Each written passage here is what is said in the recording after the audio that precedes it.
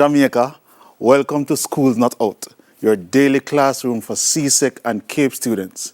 You can watch this lesson real time on Television Jamaica's YouTube channel or One Spot Media. We are also live on Music 99 and you can go to jamaica.com and you can see that information. If you have any questions on today's subjects, then of course you can send them in to us at TVJ on our Facebook page or at Instagram Jamaica. All right, Instagram at Television Jamaica. All right, I'm Leo Lewis, and today we're looking at CSEC information technology. All right, today we're going to be looking at spreadsheets, and I've been getting some information or some requisitions from all of you just to look at your SBAs. Unfortunately, I'm marking SBAs as well, but I hope what we'll do today will cover some of the information or some of the topics that you can use for your own SBA. All right, but even before that, right now on all the social media platforms for TVJ, we've posted about 75 multiple choice questions that you can go online and do them right away. You can also see that we have a QR code here, so if you want to scan the QR code, you can scan the QR code and go online and answer those 75 questions and just get yourself ready for that kind of an examination. If you want to email me as well, you can email me. I've been responding to some of your emails, and I hope they've been, more or less, you've been able to learn from them. And if you want to send me some more, no problem. I'll try to answer them as best as I possibly can. But today we'll be looking at spreadsheets. And what you will have to already know about spreadsheets for this particular lesson, you have to understand what cell referencing is about, what are absolute cell referencing, what's a relative cell reference, and of course possibly naming cell ranges. Those things will be key for the remainder of this lesson. All right. Today we'll be also looking at Vlookup, and we'll be looking at filtering, pivot tables, and just a little bit of charting. Of course, today, if you were watching the entire program, you would have seen from the sociology class that representing information in the forms of tables and charts are very important. And this particular IT lesson can help you where that is concerned. All right. So Vlookup, first and foremost, all Vlookup is a way for you to look in one particular table and return information regarding that table. All right.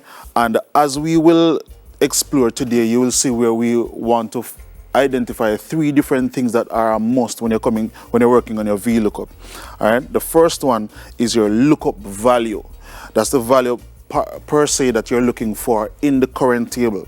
And then we have a table array, which is the particular table that has the content that you want to extract or you want to find, and then the particular column that you want to bring information from in that particular lookup table.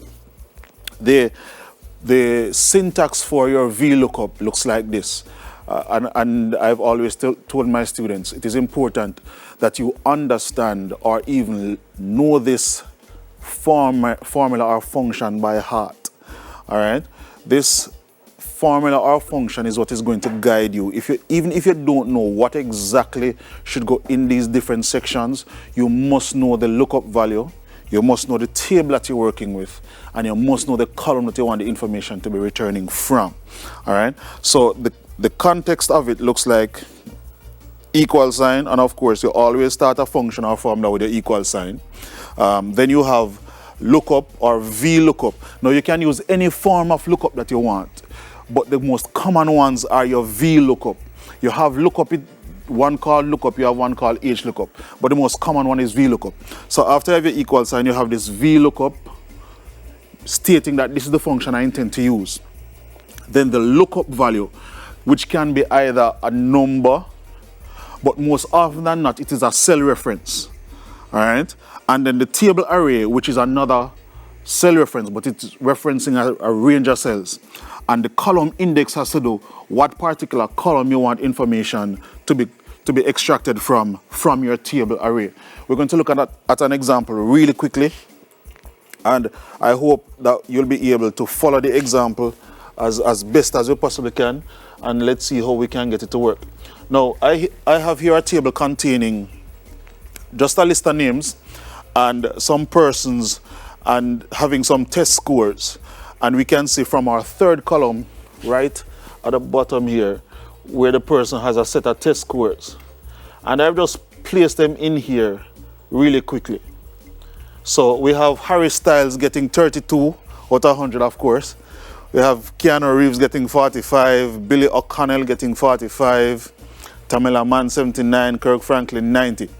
And now we want to test the cell ranges, or to test what they could possibly get, what's a grade or for those scores. And I have 3 tables here, and each of them serve their own purpose, and we'll see why. First and foremost, we have the first table here, and it is sorted by score in a descending order from 100 to 0. And if we look at the ranges, we have 100 being an A, 90 being B, 70 being C, 60 being D, 50 being E, 0 being F. There are a couple of problems with this particular table, and we're going to see why in just a moment. We've used this table to do our first VLOOKUP. And the VLOOKUP function looks like, if you look at the top of your screen where you have your formula bar, f of x, your VLOOKUP function says equal VLOOKUP C13, comma, A3 colon B8, that's a table array, comma, 2, which means the second column. All right? And this particular function, therefore, is saying look up for a value in C13, and that value in C13 would be Harry Styles' test score, right here. And then I'm going to look up for that value inside of the table, the first test score table here, which is A3 to B8, and then return the grade, which is in column 2. But in this particular example, we see where the return is NA. And the problem with that is that whenever we are working with VLOOKUP, our table must be sorted in ascending order and not descending order. And so if I try to sort it here, there might be a change in the values we are noticing right through, because we're having an NA for 3 of our values. The 32, 45, and the 245s we're having an NA for. That means not applicable. So this thing has to be sorted in order for us to actually see a correct representation of the information that we're trying to extract. So if we sort by score, here we see 1 has changed. And the one that has changed is the one that says 32, the very first one that is an F. But there is a second problem with this particular formula. In the first cell, we see where we are actually referencing the table exactly. So A3 to B8, we are referencing it exactly. But when we copy the formula down, we notice that the cell reference changed from A4 to B5. And if I just expand it and show you the actual formula, you will see here where, because I've copied the entire cell range, the cell ranges relating to the table are continuing to change. And if you notice also, there's a green highlight around the now changed table. If I move down to the other formula, you will see where that green highlight has changed as well. So what is happening is here is because I've copied this information and I've used a relative cell reference. The cell references are changing as I am copying the formula or the function. And I don't want that to ever happen. And so what do? Well, what we do in a situation like this is add dollar signs around the cell reference, meaning adding a dollar sign before the letter relating to the column and a dollar sign before the number relating to the rows inside of our function. And then when we copy the function, we will see that this particular function will be much more accurate in that it remains or keeps the cell range reference all the way through. And that's what we're talking about, an absolute cell reference, or in this case, an absolute range reference. Also note that C13 has changed to C14, C15, etc., which that is the kind of change that we want because we are moving down the column. And if we turn back to our actual data view, we will notice that our values have also changed. All right? Our values have also changed here. There's one other little thing that we might look at. Notice also in test range 1, we don't have a 80 anywhere there. And there's a big jump, it seems, between 70 and 90. You must also ensure that when you're working with your own cell ranges, you have the necessary or the correct kind of representation in your data so that you can get the correct kind of lookup value coming out from you. If you notice, we have a number of other tests, but we're going to just jump to test range number 3 in order for us to, keep within the time. In the test range number 3, we see a difference in terms of what we're using as our cell range. In this case, we are using an actual name called grade scheme. And what has happened is that we have named the test range 3 as grade scheme, and only the values or only the table. We did not include any of the headings. We did not include score. We did not include grade. All we did was to highlight the values themselves. And in highlighting the values, we created this name called grade scheme. How we create that name, and I'm just going to create one here for you to show you how that is done. We highlight the set of cells that we want to give a name, and then we go to the name box, which is immediately to the left of your formula bar at the top of your screen, and we give it a name. And I'm just going to type in arbitrary name. And wherever I see that name or see that word arbitrary name, then it will always reference the particular cells that I have selected or highlighted. All right? And that is how you normally do your VLOOKUP. You want to pay attention to the cell range, the lookup value, and the particular column that you're working with at all times. All right? Now we're going to move on to filtering. And the filter practice that I want to pay attention to today, and remember, this is relating to your SBA, so I want to give you as much as possible here relating to your SBA so you can complete the SBA. Now there are normally two types of filtering. There's an auto filter and there's an advanced filter. Your auto filter filters a list right in place, and you can choose the criteria, and that is normally reversible. However, you want to do an advanced filter mostly in your SBA because you're going to be marked for the criteria range as well as the extracted information. If you do an auto filter, it will just filter in the list and change the list. But that's not what you want. You want to show the examiners, you want to show them that you are able to create an advanced filter by creating a criteria and creating the extracted information. Now, if we jump to the in-place filter, let me just show you quickly on Microsoft Excel. And of course, you don't have to necessarily use Microsoft Excel at all times. Some of you might, well, this is going to cost you some money to buy Excel, but there are others that you can use. You can use Open Office. There's an Open Office. I think it's online. That is free. LibreOffice is free. You can use Google Sheets as well, and those things are free and have more or less the same capabilities as Microsoft Excel.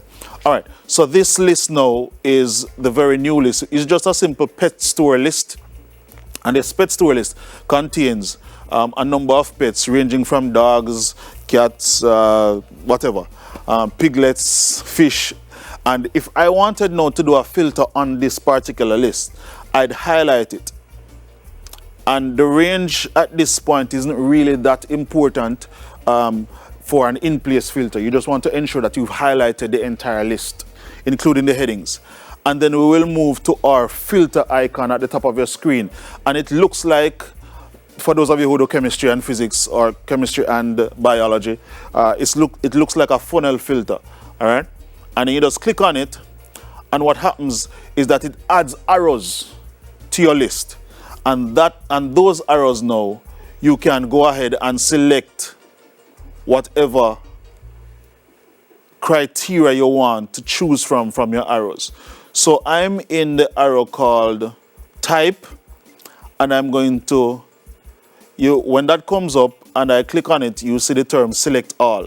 I'm going to click on select all to remove the arrows, and then I'm just going to select one arrow called bird and click OK.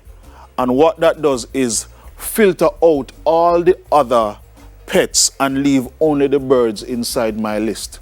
Now if you notice, as I said before, this list is an in-place filter. So right away, what I had before no longer exists, but I can of course change that and undo the filter if I wanted to. And that is how easy an in-place filter is. But as I've said before, this is not the one that you want to focus on for your SBA. The one that you want to pay attention to is an advanced filter. And here in this advanced filter, the same list, but I have different criteria. I have one on the far left where I'm searching for the breed. I want the Yorkshire breed, whatever that means. Then I have one criteria list called type dog, and then another one with two different types, dog and cat. And then we have one for cost, one for DOB, and then we have another set that goes for, that has two different criteria but are in two different rows or in the same row. Now each of them have their purpose. And when you create your criteria, you want to ensure that you have the name of the heading, which in this case can be breed, type, DOB or cost or name. And you also want to have the necessary criteria or criterion. All right, I'm just going to show you one of them for the sake of time. Here we have one here where we have the type of pet to be a dog, and the cost is greater than 35,000. So this is our criteria, and this is what we call an AND criteria. Why? Because we have both of them in the same row, meaning both criteria must be satisfied when we are looking in our list. So I'm now going to highlight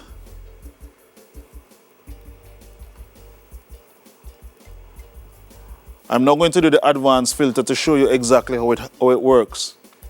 So I click on advanced filter, and immediately a box pops up and tells me, what are you trying to filter? Do you want to filter the list in place, or do you want to copy to another location? Again, for this particular kind of filter, you do not want to filter in place. This particular kind of filter is going to erase your original list. So what we want to do is to select copy to another location. And after we've selected that, another particular dialog or a part of your dialog will come alive saying that, okay, copy to is now alive. We can work with that particular text or text box. So let me just show you again. So filter in place, copy to grays out. But when you click copy to another location, copy to comes alive to show you that, hey, we can use that particular cell. Now, if your cell or your range isn't already selected, what you want to do is to click in the first text box that says list range, delete it, make sure you delete everything, and then you highlight the list range that you intend to use. And the list range is the original table. The original table. And notice that this comes up with an absolute cell reference. Now I'm going to try to select the criteria range. So I'm going to delete whatever is inside criteria range, if there was anything there. And then I'm going to highlight this criteria range. And then, of course, specify, well, that would more or less specify that this criteria range is what I intend to use. So I'm using the one that says type, dog, cost, greater than 35,000. All right. And then in the copy to location section, I want to choose somewhere that is a little bit away off from where my criteria range is. And it's normally, or it's customary for you to just to put it below everything else. So you select a cell that is below all the other cells or all the other occupied cells in your spreadsheet. And then you click OK. And let me just scroll down so you can see what occurred. What has occurred is that now I have an extracted list where I found a dog who has a cost of $50,000 based on the criteria. Because what I was looking for, I want a type of animal of the type dog who had a cost of greater than $35,000. And that is what that extracted list has done. All right. Now, you might say this is a little bit tedious. And what I've done on the second sheet here is to give each of these cell ranges a name. So this cell that I've now highlighted is called filter underscore list. The criteria ranges have also been given a name. Some of them have been given a name, and I'm just going to show you what they are quickly. This one is dog, cat. I wanted to search for dogs or cats. And then I had some others listed here. All right, criteria. And one called, where is this other one called? Similar one. Called dog cost. All right. And each of these criteria can be given names themselves so that we can do the filter a little bit faster. And here's what I mean by doing the filter a little bit faster. When we were at the first list here, we had to highlight everything as we went along.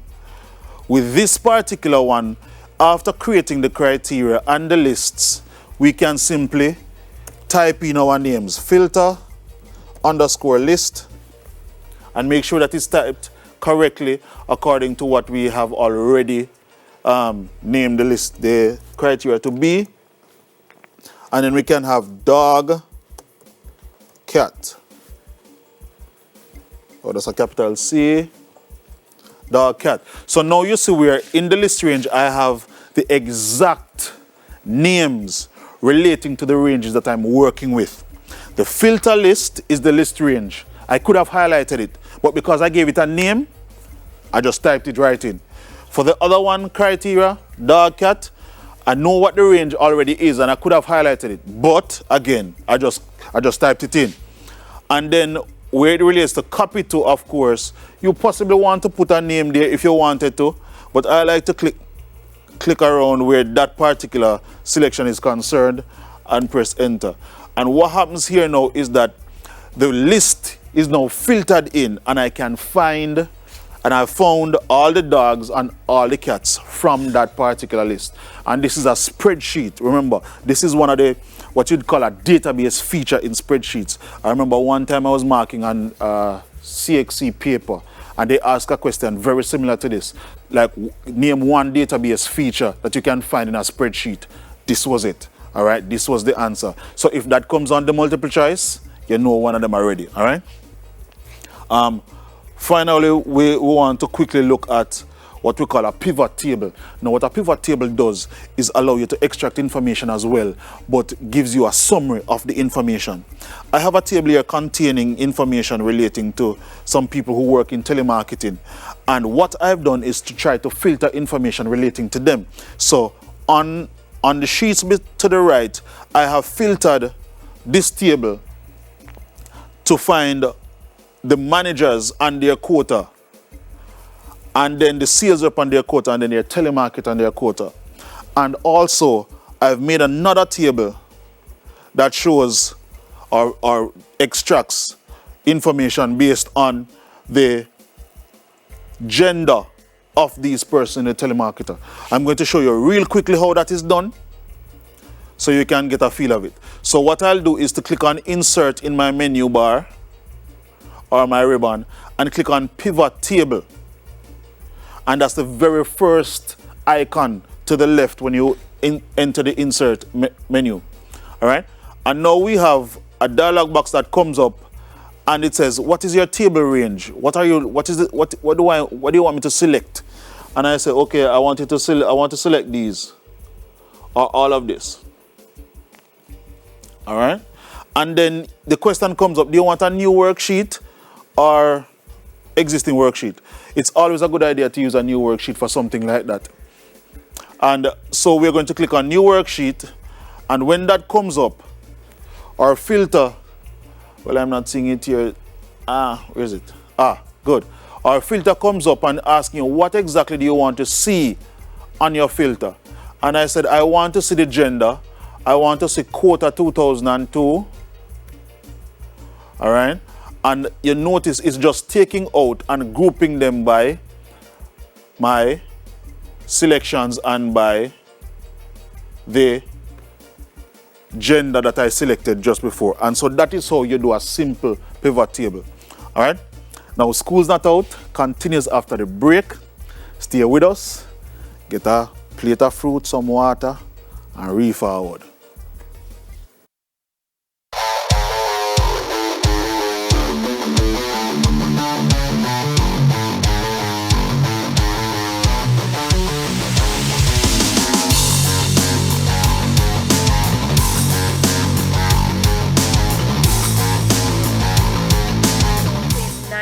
Tip: protect yourself and others from getting sick by washing your hands after coughing or sneezing, when caring for the sick, before, during, and after you prepare food, before eating, after toilet use, when hands are visibly dirty, and after handling animals or animal waste. Reduce your risk of viral illnesses like the flu and coronavirus. Wash your hands frequently with soap and water. Cover your nose and mouth when coughing with a tissue and dispose of it. Avoid close contact with anyone with a cold or flu-like symptoms. If you become ill, please visit your doctor or the nearest health center and share your travel history. The flu and coronavirus can kill. Let's protect each other. A message from the Ministry of Health and Wellness.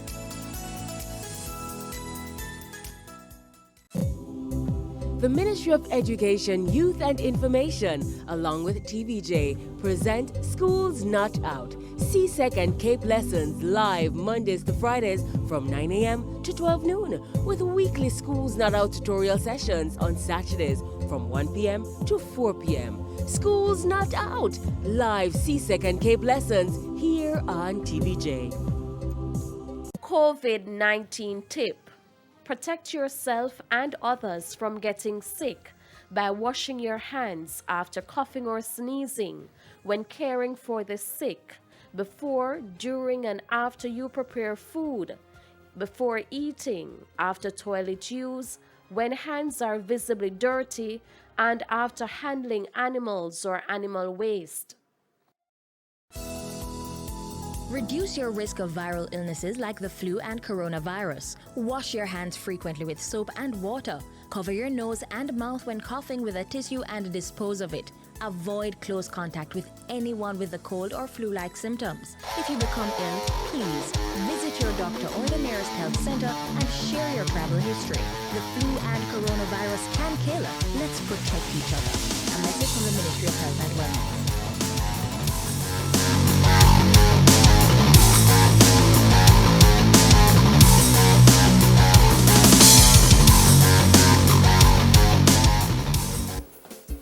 Yeah, welcome back to Schools Not Out, where we are discussing CSEC information technology, but specifically spreadsheets. Now, we left off a while ago, we're looking at the pivot table, but to continue, we're going to look at two more things, a couple of graphs or charts. And one of the biggest problem I think where charts are concerned is that sometimes students don't know what charts to use when. And most often than not, we, when marking, have to make some kind of leeway or find some kind of way to understand what you're trying to represent when you represent it. But, mind you, try to find the proper chart for what you want to represent. All right, so a while ago we were looking at a sales representative database, and this database contained information about telemarketers, and they had a couple of quotas. So just let's explain what's going on here. We have their names, ages, etc., and we have a title for each and every one of them. But we also have a quota that they should have filled for a particular year, and then that quota is matched against what they actually did, which is the sales amount. So we have 2 years here being represented, and each year shows a quota and a sales amount. What we can do as it relates to charting for this, we can look at what each person did for a year, or we can look at what they've done for both years. The two that I've selected here, we've looked at year 2002, where we look at their quota and sales. And this is what the chart actually looks like. All right. Now, why I've chosen this chart is because we can actively compare the sales and quota for each particular individual, and we can see who surpassed their quota by how much, really. All right. So this kind of a chart makes sense for this kind of representation, and this is what you call a column chart. All right. Now let me just show you how it is done quickly, because we're looking at several non-joint set of ranges. We're looking at their names, which include first name and last name, and we're looking at the quota for 2002 and the sales for 2002. So we only want those 4 ranges. All right, as you can see from our chart, those are the only things that are being represented: the name of the person, or the names of the person, as well as quota and sales. So we only want those ranges. So let's go ahead now. So what I'm going to do initially now is to highlight first name and last name inclusive of the range headings. So I want the first name there, or I want F name there, and I want L name there. But now I have the challenge of highlighting the quota and the sales for 2002, and those cells are found in column G and H. So what I'm going to do is to hold down the control bar, or the control key, sorry, and then I'm going to click my left mouse button. For those of you who are using a laptop, click your left mouse button with your index finger, your right index finger, and use your middle finger to drag over the remaining set of cells. All right. If you don't get it right the first time, you can try again. And you highlight those set of cells. And the way that you know that it's highlighted, or it's highlighted properly, is when you see those cells that you've chosen in blue or in some kind of highlighted color. When you've done that now, you can click on your insert ribbon and click column, and you choose an appropriate column chart. Now what I mean by appropriate, remember this particular chart is supposed to compare the sales with the quota. So you can't just choose a stack column.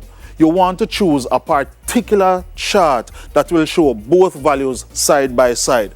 And so I'm going to choose a 3D column. But yes, we're having a problem with this. What? Because everything is moving to one side.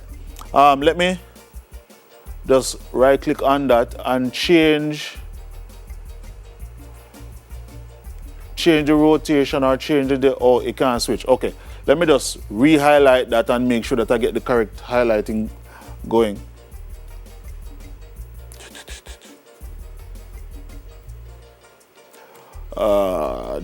Okay. All right, good. All right, so let me highlight that again and choose a proper column that will represent what I want properly. Yeah, I look like I left out something. All right, let me do it again. I need some more practice with the laptop. All right. Yeah. All right. So I have my highlighting now, and let me choose a more appropriate column chart, see what it represents. Choose a simple one. See the stack there, that won't work because it's giving me a completely different kind of look. So that won't work either. So what do I do? Well, I can always come here to the top and click change chart type and choose a different chart type. Maybe that will work. That look better because I'm seeing now the different values. All right. But then there's another problem. I'm not seeing the names. Normally because it's too small. So I normally like to right click on it and move my chart and select new sheet and just quickly give it a name.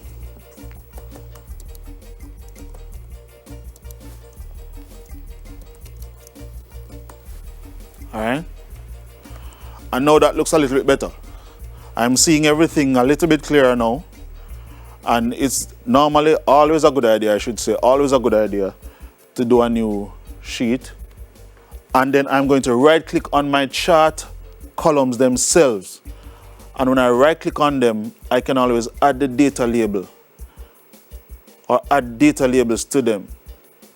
And that will show me what the values are for these particular charts or as I go along. So I can add data labels for just one or for all if I wanted to. All right. The other thing that I see students tend to do is to leave off their axis titles.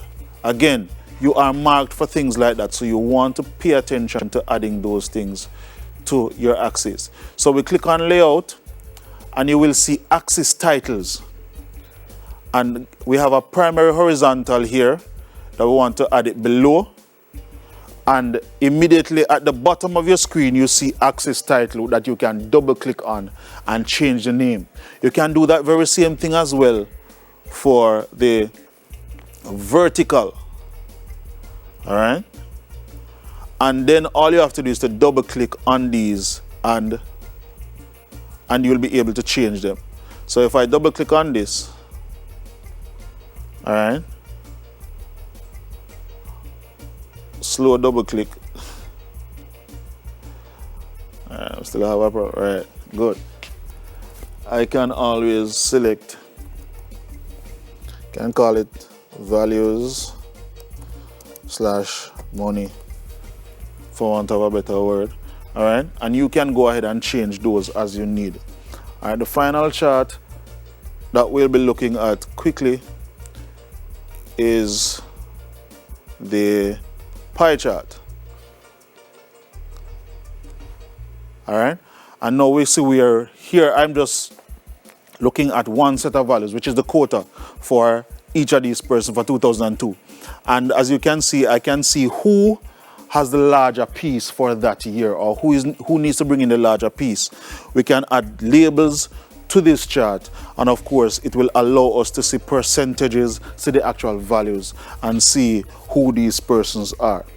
So again, what I encourage you to do is to practice and just try some of these chartings as you go along and see which one works for you. So let's do a quick recap. What did we do? Well, we looked at filtering, we looked at VLOOKUP, we looked at both advanced and we looked at auto filtering. We looked at charting and the different types of charts. All right, and those are the things that we want you to practice. Finally, just remember, for those of you who want to sharpen your skills, we are providing you with about 75 multiple choice questions that you can go on TVJ's social media platforms and you can do them, and of course it'd be great for you just to practice. So that's all today for CSEC Information Technology. We hope you grasp some of the concepts we discussed. You can of course catch a repeat of today's lesson on JNN today at 4 p.m. and in the Schools Not Out highlights on Saturday between 1 and 4 p.m. right here on TVJ.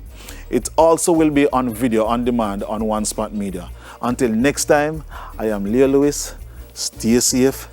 Turn on your yard. This is the lockdown look. Beard and all.